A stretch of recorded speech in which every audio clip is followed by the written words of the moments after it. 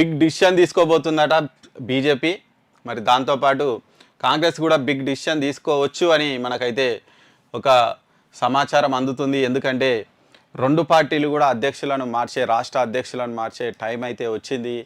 Already కాంగ్రెస్కు చెందినటువంటి PCC chief ఎవరైతే ఉన్నారో రేవంత్ రెడ్డి, ఆయన సీఎంగా ఉన్నారు.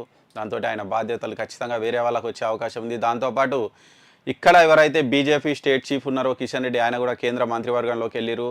ఆయన ప్లేస్లో కూడా కొత్త వాళ్ళు అధ్యక్షులుగా వస్తారన్న ప్రచారం జరుగుతుంది. ఈ నేపథ్యంలో వచ్చే వారం రోజులు కావచ్చు, ఒక 3-4 రోజులు కావచ్చు, అంటే అతి త్వరలోనే ఈ రెండు పార్టీలు కూడా ఒక పెద్ద డిసిషన్ తీసుకోబోతున్నాయన్న ప్రచారం అయితే జరుగుతుంది. రెండు పార్టీలు అంటే ఇప్పుడు రాష్ట్రంలో ఏవైతే రెండు కీలక పార్టీలుగా ఉన్నాయో ఆ రెండు పార్టీలకు కొత్త అధ్యక్షులు రాబోతున్నారు, స్టేట్ చీఫ్లు అని సమాచారం అందుతుంది.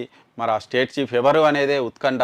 ఇక్కడ మనకు ఎవరు బీజేపీకి ఆల్రెడీ బండి సంజయ్, కిషన్ రెడ్డి ఇద్దరు కూడా అటువైపు వెళ్ళారు కాబట్టి మరి కొత్త అధ్యక్షుని ఎవరు చేస్తారని చూడాలి. దానిలో ఒక ముఖ్యమైనటువంటి పేరు ఈటెల పేరు అయితే వినిపిస్తుంది. ఈటెల రాజేందర్ను బీజేపీ స్టేట్ చీఫ్గా చేయబోతున్నారు అని ప్రచారం అయితే జరుగుతుంది.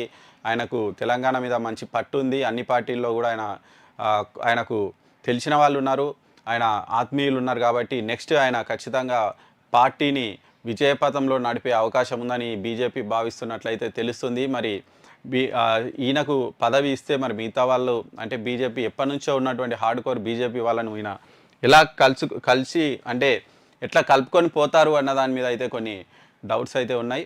అయితే ఈ రేసులో డీకే అరుణ పేరు కూడా ప్రముఖంగా వినిపిస్తుంది. ఆమె సీఎం సొంత జిల్లాలో సీఎంను ఎదురొడ్డి ఆమె గెలిచారు. ఫైర్ బ్రాండ్గా పేరున్నటువంటి నేత. ఆమెను బీజేపీ స్టేట్ చీఫ్ చేస్తే బీజేపీకి ఒక ఊపు వస్తుంది అని కూడా వార్తలు అయితే వస్తున్నాయి. మరి ఆమెను చేస్తారా లేదంటే ప్రముఖంగా వినిపిస్తున్నటువంటి ఈటెలకే ఆ బాధ్యతలు అప్పచెప్తారా చూడాలి. ఒకవేళ వీళ్ళిద్దరికీ కాకుండా అనూహ్యంగా ఇంకా కొత్త పేర్లు కూడా రావచ్చు. ఎందుకంటే ఇప్పుడు ధర్మపురి అరవింద్ ఉన్నారు, ఆయన కూడా ఫైర్ బ్రాండు, ఆయనకు కూడా ఇవ్వచ్చు అన్న ప్రచారం అయితే కొంతగా ప్రచారం అయితే జరుగుతుంది. మరి చూడాలి ఎవరికి ఇస్తారనేది. దాని మీద వచ్చే వారం రోజుల్లో ఖచ్చితంగా డెసిషన్ అయితే వెలువడే అవకాశం అయితే కనిపిస్తుంది. దాంతోపాటు ఇక్కడ కాంగ్రెస్ కూడా ఖచ్చితంగా స్టేట్ చీఫ్ను మార్చే అవకాశం ఉంది. మరి అందులో రేసులో చాలామంది ఉన్నారు.